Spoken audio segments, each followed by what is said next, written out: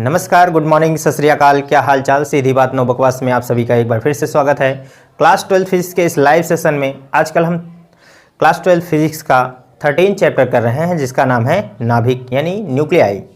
और इससे पहले हमने पहला लेक्चर जो किया था वो नाभिक से रिलेटेड इंट्रोडक्शन के बारे में था, जिसमें हम कुछ छोटे छोटे टॉपिक्स को किए हैं। आज का लेक्चर बेहद इंपॉर्टेंट है आप लोगों के लिए, क्योंकि इसमें एग्ज़ाम से रिलेटेड बेहद इंपॉर्टेंट टॉपिक्स शामिल हैं। आप इस वीडियो को अंत तक ज़रूर देखिएगा, काफ़ी इंपॉर्टेंट टॉपिक्स इसमें करवाए जाएंगे। जैसा कि आप जानते हैं, ये हमारा जो सीरीज चल रहा है वो सीधी बात नो बकवास का है, तो बकवास बिल्कुल नहीं करेंगे, सीधे टॉपिक्स पर आएंगे। लेकिन इससे पहले आप लोगों के साथ थोड़ा सा एक डिस्कशन करना है। जैसा कि आप जानते हैं, हम लेक्चर के साथ साथ PDF नोट्स भी प्रोवाइड करवा रहे हैं, तो आपको PDF नोट्स वीडियो के डिस्क्रिप्शन में मिल रहा है। जिन वीडियो के PDF नोट्स अभी तक प्रोवाइड नहीं करवाए गए हैं वो जल्द ही आप लोगों को प्रोवाइड करवा दिए जाएंगे, और उसकी अपडेट हम बहुत ही जल्द आप लोगों को दे देंगे। तो आप PDF नोट वहाँ से डाउनलोड कर लीजिएगा। अभी तक जिनके भी PDF नोट्स नहीं प्रोवाइड करवाए गए हैं वो बहुत ही जल्द आप लोगों को मिल जाएंगे, तो इसके लिए टेंशन लेने की कोई ज़रूरत नहीं है। और एक ख़ास इम्पॉर्टेंट अनाउंसमेंट ये है कि हमारा एक और एग्ज़ाम से रिलेटेड एक चैनल है जिसका नाम है एग्ज़ाम की बात। तो वहाँ पर हम केवल एग्ज़ाम्स की बात करते हैं, जिस पे SSC 10+2 पॉलीटेक्निक से रिलेटेड बड़े नए नए अपडेट्स दिए जाते हैं। तो वहाँ पर आप अपने एग्ज़ाम से रिलेटेड कोई भी डाउट्स को डिस्कस हमसे कर सकते हैं, आपकी भरपूर मदद की जाएगी वहाँ पर। तो आप उस चैनल को भी सब्सक्राइब कर लें। यदि आप किसी कंपटीशन की तैयारी कर रहे हैं या फिर पॉलीटेक्निक की तैयारी कर रहे हैं, या आपको किसी भी एग्ज़ाम से रिलेटेड कोई भी डाउट्स हो तो वहाँ पर हमसे पूछ सकते हैं चैट सेक्शन के माध्यम से, और उस चैनल की लिंक हम इस वीडियो के डिस्क्रिप्शन में दे देंगे। तो चलिए शुरू करते हैं आज का ये टॉपिक और पढ़ते हैं क्या क्या है नाभिक के दूसरे लेक्चर में। आपको बताया गया कि काफ़ी इंपॉर्टेंट सेशन इसमें करवाए जाएंगे, तो उन चीज़ों को पढ़ते हैं। आज का जो हमारा पहला टॉपिक है वो है द्रव्यमान ऊर्जा। तो शुरू करेंगे पहले टॉपिक से, द्रव्यमान ऊर्जा।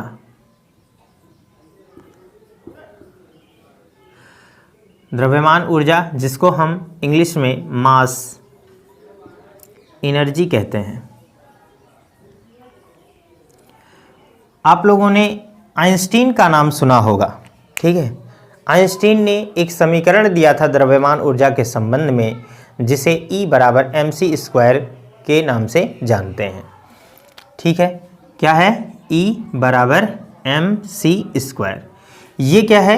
आइंस्टीन का द्रव्यमान ऊर्जा संबंध है, जिसमें आइंस्टीन ने बताया है कि द्रव्यमान और ऊर्जा दो अलग अलग चीज़ें नहीं हैं।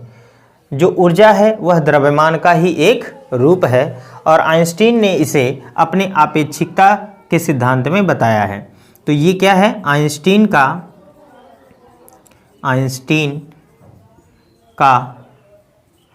आपेक्षिकता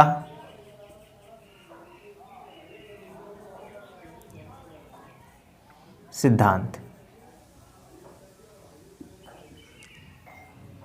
तो इस के बारे में आप लोग लिखेंगे, आइंस्टीन ने अपने आपेक्षिकता सिद्धांत में बताया कि द्रव्यमान ऊर्जा का ही एक रूप है, अर्थात द्रव्यमान को ऊर्जा में और ऊर्जा को द्रव्यमान में बदला जा सकता है। इसके लिए उन्होंने अपना एक समीकरण दिया, E = mc², जहां पर E क्या है? ऊर्जा है, और m क्या है? पदार्थ का द्रव्यमान है, पदार्थ का द्रव्यमान। और C क्या है? प्रकाश की चाल है, और आप जानते हैं प्रकाश की चाल कितनी होती है? 3 × 10⁸ मीटर/सेकंड, ठीक है। यहाँ पर एक क्वेश्चन हम इसमें एग्जाम्पल के रूप में देख सकते हैं कि कैसे द्रव्यमान को हम ऊर्जा में बदल सकते हैं। तो ये क्वेश्चन भी आप यहाँ पर नोट करेंगे, ठीक है। सपोज 1 ग्राम द्रव्यमान का कोई पदार्थ है। 1 ग्राम द्रव्यमान के पदार्थ से कितनी ऊर्जा निकल सकती है। यहाँ पर हम बात कर रहे हैं, हमारे पास 1 ग्राम का कोई पदार्थ है जिससे ऊर्जा की कैलकुलेशन हम करेंगे। m बराबर अगर 1 ग्राम है तो हम इसको किलोग्राम में बदलेंगे तो m बराबर क्या हो जाएगा, 1 × 10 के पावर -3 हो जाएगा। अब अगर द्रव्यमान ऊर्जा संबंध का ये समीकरण हम लगाएं तो यहाँ पर क्या हो जाएगा, E बराबर mc², अर्थात m की जगह पर हम कितना रख देंगे, 1 × 10 के पावर -3, ये ग्राम था, ये किलोग्राम रहेगा। और यहाँ पर c की वैल्यू कितनी होती है, 3 × 10 के पावर 8, और इसका वर्ग भी कर देंगे।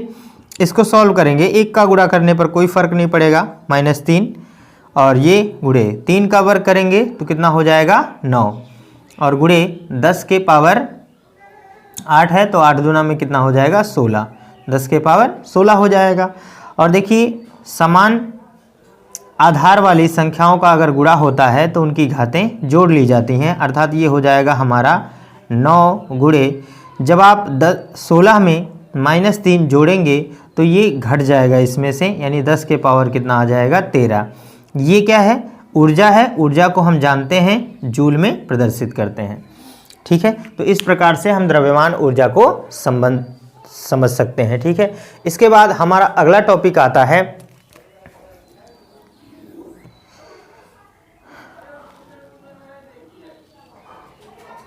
द्रव्यमान क्षति। क्या आएगा, द्रव्यमान क्षति। आप जानते हैं द्रव्यमान क्षति का मतलब क्या होता है, नुकसान। यदि द्रव्यमान का नुकसान हो जाए तो उसी को हम क्या कह सकते हैं, द्रव्यमान क्षति। पर ये टॉपिक जो चल रहा है वो नाभिक से रिलेटेड है, इसलिए आपको पता है कि नाभिक के अंदर प्रोटॉन और न्यूट्रॉन होते हैं। नाभिक को जो वास्तविक द्रव्यमान है, वास्तव में अगर हम नाभिक को किसी चीज़ के द्वारा तौलें, नाप लें, उसका तौल माप करें तो उसका जितना द्रव्यमान वास्तविक द्रव्यमान है वह उसमें उपस्थित प्रोटॉनों और न्यूट्रॉनों के द्रव्यमान से कुछ कम होता है। यानी प्रोटॉन और न्यूट्रॉन का द्रव्यमान अगर हम ऐड करें तो उसका वास्तविक द्रव्यमान उससे कुछ कम होता है, और यह द्रव्य जो कमी है उसी को हम क्या कहते हैं, द्रव्यमान क्षति कहते हैं। तो यहाँ पर आपको लिखना क्या है, यहाँ पर लिखना होगा नाभिक का वास्तविक द्रव्यमान उसमें उपस्थित न्यूक्लियनों यानी प्रोटॉन तथा न्यूट्रॉन के द्रव्यमान से कुछ कम होता है, जिसे द्रव्यमान क्षति कहते हैं। ठीक है, द्रव्यमान क्षति, जितना द्रव्यमान कम हो रहा है, थोड़ा सा द्रव्यमान कम होगा, इसलिए डेल्टा m बराबर यहाँ पर क्या होगा, सबसे पहले हम प्रोटॉन और न्यूट्रॉन के द्रव्यमान को ऐड करेंगे। अब प्रोटॉन क्या होता है, परमाणु क्रमांक के बराबर ही उसमें इलेक्ट्रॉन और प्रोटॉन होते हैं, तो ये हो जाएगा परमाणु क्रमांक जितने उसमें प्रोटॉन हैं, और यहाँ पर हम लिख देंगे मास ऑफ प्रोटॉन, प्लस यहाँ पर न्यूट्रॉन का मास। न्यूट्रॉन का मास कैसे निकालते हैं, आप जानते हैं द्रव्यमान संख्या में से हम परमाणु क्रमांक को घटा लेते हैं तो हमें पता चल जाता है उसमें न्यूट्रॉनों की संख्या कितनी है। अब ये हो जाएगा हमारा मास ऑफ न्यूट्रॉन। ठीक है, इसको आप बड़े कोष्टक में बंद कर लें, और इसमें से हम घटा लेंगे जितना नाभिक का द्रव्यमान है। ठीक है, नाभिक का द्रव्यमान यहाँ पर कैपिटल M हो जाएगा। यहाँ पर याद रखना है ये क्या है, हमारा प्रोटॉनों का द्रव्यमान है, और ये क्या है, इतना न्यूट्रॉनों का द्रव्यमान है, और ये क्या है, नाभिक का वास्तविक द्रव्यमान। तो लिख भी लेते हैं इस बात को, ZmP बराबर प्रोटॉनों का द्रव्यमान, प्रोटॉनों का द्रव्यमान, और A माइनस ZmN बराबर क्या है, मास ऑफ न्यूट्रॉन। तो ये क्या है, न्यूट्रॉनों का द्रव्यमान। ठीक है, और कैपिटल M क्या है, नाभिक का वास्तविक द्रव्यमान।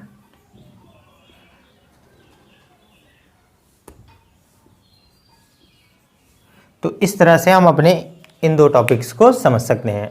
आप इसका एक बार वीडियो को पॉज करके स्क्रीनशॉट ले लीजिए, फिर हम आगे कंटिन्यू करते हैं। चलिए, स्क्रीनशॉट ले लिया होगा।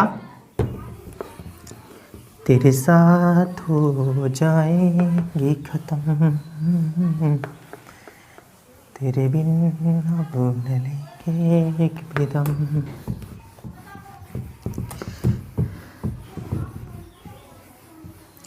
हालांकि भाई मैं थोड़ा बेसुरा गाता हूँ, ठीक है, पर कभी कभी गुनगुना लेना मन की शांति के लिए थोड़ा सा अच्छा होता है, इसलिए गुनगुना लेते हैं।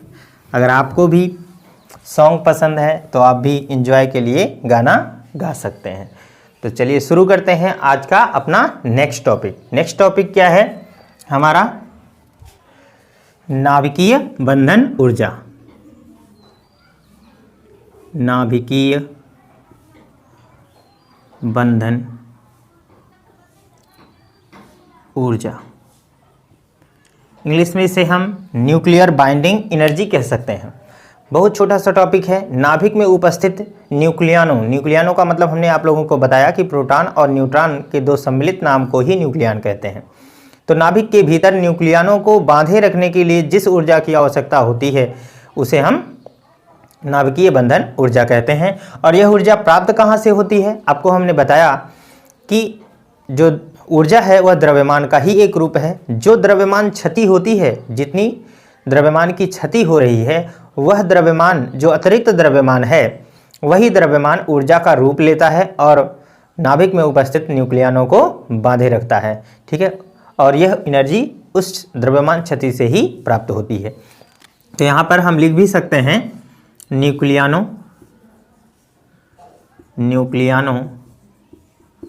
को बांधने वाली ऊर्जा को ही हम क्या कहते हैं? नाभिकीय बंधन ऊर्जा। यह ऊर्जा द्रव्यमान क्षति से प्राप्त होती है। नाभिक को यह जो ऊर्जा है वो नाभिक की द्रव्यमान क्षति से प्राप्त होती है। अब इसके बाद हम अपना अगला टॉपिक करेंगे युग्म उत्पादन तथा युग्म विनाश। तो क्या होता है युग्म उत्पादन तथा युग्म विनाश? ये टॉपिक आपके एग्जाम पॉइंट ऑफ व्यू के लिए वेरी मोस्ट इम्पॉर्टेंट है।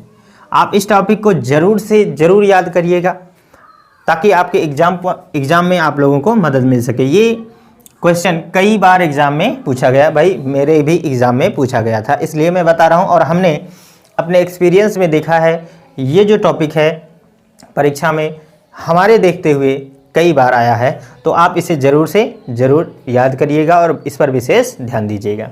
तो सबसे पहले इसमें समझते हैं युग्म उत्पादन क्या है। क्या है युग्म उत्पादन? युग्म उत्पादन क्या होता है? जब कोई ऊर्जावान गामा किरण जो फोटॉन होता है किसी भारी नाभिक पर गिरता है तो नाभिक उसे अवशोषित कर लेता है और साथ में इसके फलस्वरूप दो कण निकलते हैं, एक पॉजिट्रॉन और एक इलेक्ट्रॉन। दो निकलते हैं यानी युग्म निकलता है, तो हम इसे कह सकते हैं युग्म उत्पादन। तो इसे समझते हैं। जैसे ये नाभिक है, ये क्या है? हमारा नाभिक है। अगर इस नाभिक पर कोई ऊर्जावान गामा किरण फोटॉन इस पर टकराता है, ये है हमारा क्या? गामा किरण फोटॉन। अगर कोई ऊर्जावान गामा किरण फोटॉन इस पर टकराता है तो यह जो गामा किरण फोटॉन है वह इसके द्वारा अवशोषित कर लिया जाएगा और साथ में दो नए कण निकलेंगे। एक हमारा क्या हो जाएगा? इलेक्ट्रॉन, जिसको हम -1 0 से प्रदर्शित करते हैं। यह हमारा क्या है? इलेक्ट्रॉन। इलेक्ट्रॉन, और इसी के बराबर परंतु धनात्मक कण एक होता है जिसे हम +1 बीटा 0 से प्रदर्शित करते हैं, जो कि कहलाता है पॉजिट्रॉन। पॉजिट्रॉन यह नाभिक में उपस्थित एक कण है। जैसा आप जानते हैं कि नाभिक में 2 ही कण होते हैं, न्यूट्रॉन और प्रोटॉन, पर ऐसा नहीं है। इनके अतिरिक्त भी कुछ और छोटे छोटे कण हैं, जैसे यहाँ पर हमने आपको पॉजिट्रॉन बताया, इसी तरह से बेसान, मोसान और भी कण होते हैं। ठीक है, तो यहाँ पर युग्म उत्पादन की क्रिया में जब ऊर्जावान गामा किरण फोटान नाभिक पर, किसी भारी नाभिक पर गिरता है, तो यह नाभिक इस फोटान को क्या करता है, अवशोषित कर लेता है, और फलस्वरूप 2 नए कण निकलते हैं, एक इलेक्ट्रॉन और एक पॉजिट्रॉन। ठीक है, अब 2 को क्या कहते हैं, युग्म, यानी जोड़ा, तो युग्म का उत्पादन हो गया, इसलिए हम कहते हैं इस क्रिया को युग्म उत्पादन कहते हैं। ठीक है, अब इसको एक समीकरण के द्वारा भी समझ सकते हैं, जैसे hν, ये गामा किरण फोटान इस पे टकराया और इससे उत्पन्न हुआ क्या हमारा, एक -β0, यानी इलेक्ट्रॉन प्लस एक प्लस बीटा +1 β0। ठीक है, इस तरह से इस बात को समझ सकते हैं। अब जो युग्म विनाश है वो क्या है, युग्म विनाश। युग्म विनाश की जो प्रक्रिया है वह युग्म उत्पादन के ठीक विपरीत है। जब एक इलेक्ट्रॉन और एक पॉजिट्रॉन किसी आपस में मिलते हैं तो एक ऊर्जा निकलती है जिसे हम कह सकते हैं hν के बराबर, यानी हम यहाँ पर कह सकते हैं कि -1 β0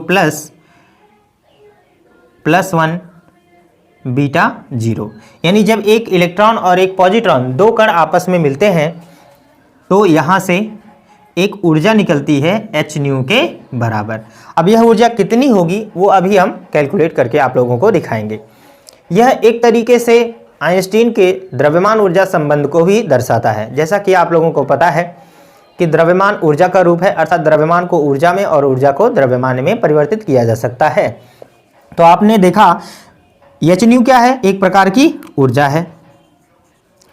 अब ऊर्जा से यहाँ पर 2 प्रकार के नए कण उत्पन्न हो रहे हैं, अर्थात इसका मतलब है कि ऊर्जा को हमने क्या किया, द्रव्यमान में परिवर्तित कर दिया। भाई इलेक्ट्रॉन या पॉजिट्रॉन का जो होता है वो कुछ ना कुछ तो द्रव्यमान होता ही है ना, तो इस तरह से ऊर्जा द्रव्यमान में परिवर्तित हुआ। और जब द्रव्यमान मिलता है, ठीक है, द्रव्यमान मिलता है तो वह ऊर्जा में परिवर्तित हो जाता है। ये तो आप लोग वैसे भी समझ सकते हैं, जैसे एक लकड़ी लें तो लकड़ी का कोई ना कोई तो द्रव्यमान होता है। अब लकड़ी को जलाते हैं तो उसमें से ऊष्मीय ऊर्जा और प्रकाश ऊर्जा निकलती है, तो ये तो आसान है।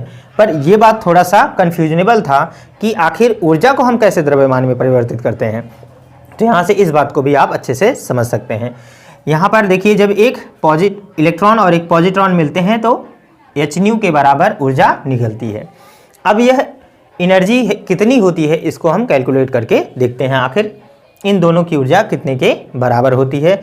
तो इसको कहते हैं इलेक्ट्रॉन, मतलब -1 β0 तथा +1 β0 का विराम द्रव्यमान, इसको कहते हैं विराम द्रव्यमान। अब यह द्रव्यमान कितना होता है, विराम द्रव्यमान को E0 से प्रदर्शित करते हैं। आप फॉर्मूला जानते हैं mc²। यहाँ पर क्या कर लीजिए, m0 मतलब विराम द्रव्यमान हो जाएगा, ये विराम ऊर्जा हो जाएगा। विराम द्रव्यमान, इसे थोड़ा और बढ़ा लीजिए, ऊर्जा।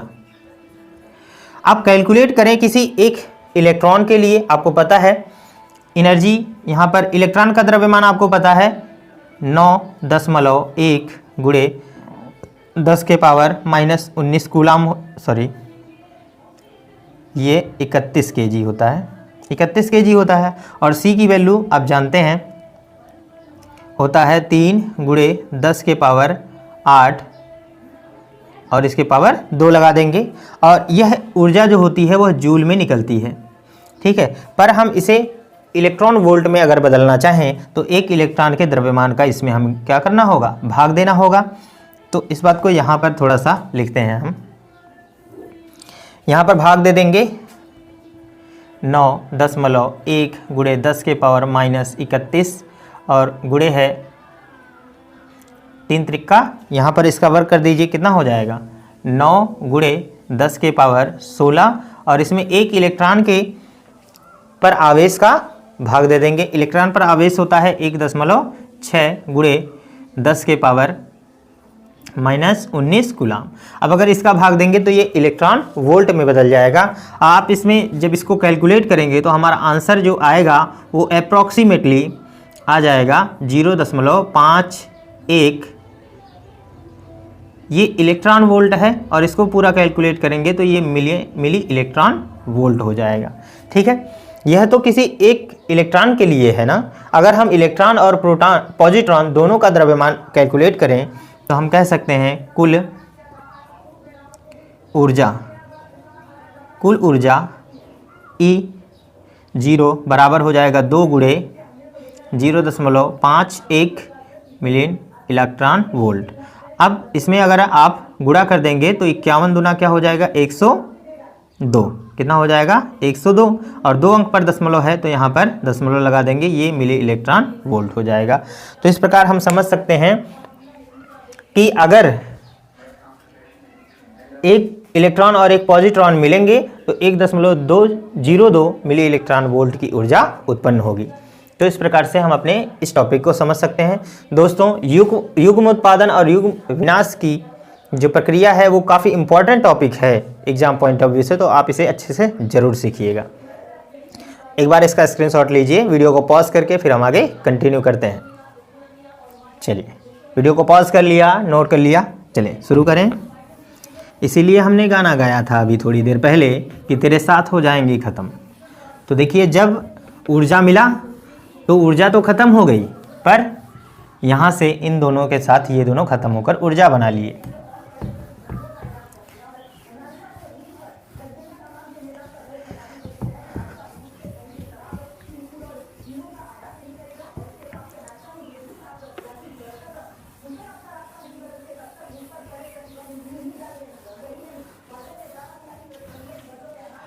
अब हम अपना अगला टॉपिक इसमें करेंगे नाभिकीय बल।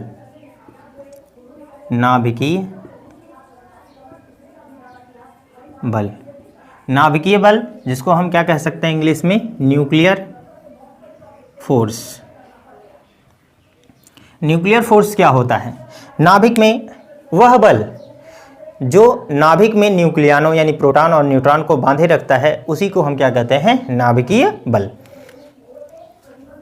तो यहाँ पर लिख सकते हैं न्यूक्लियानों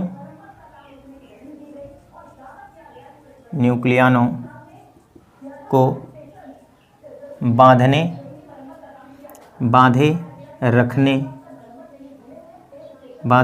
रखने वाले बल को ही नाभिकीय बल कहते हैं। ठीक है, बहुत ही आसान है, आप इसे खुद से भी याद कर सकते हैं, लेक्चर को सुन के भी, हमें लिखने की कोई आवश्यकता नहीं है। अब हम लिखते हैं यहाँ पर इसी के साथ साथ नाभिकीय बल की विशेषताएं।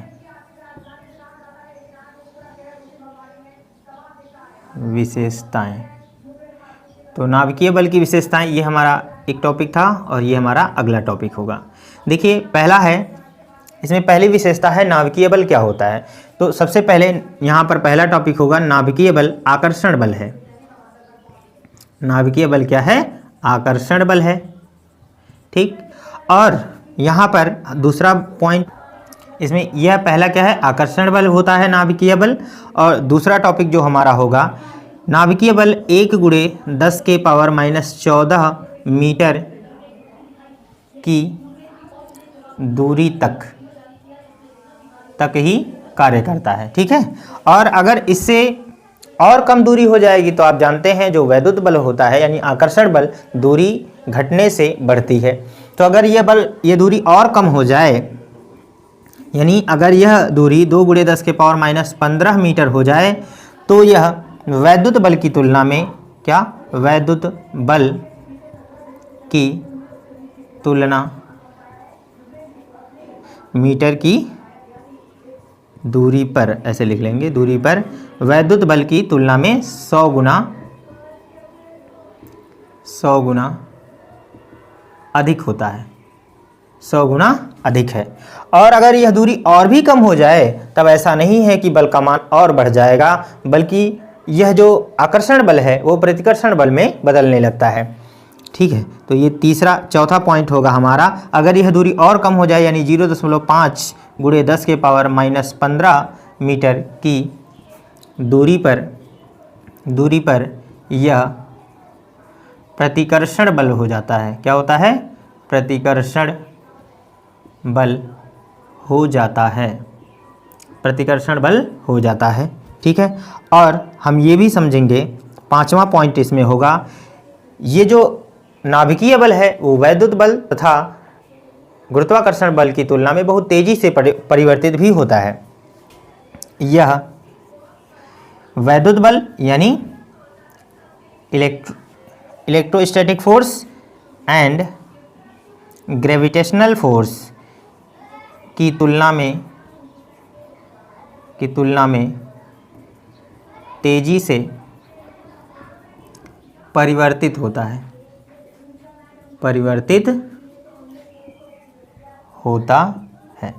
ठीक है, परिवर्तित होता है। अब इसके बाद 6ठा पॉइंट इसमें होगा, यह सभी न्यूक्लियन मतलब प्रोटॉन और न्यूट्रॉन, न्यूक्लियनों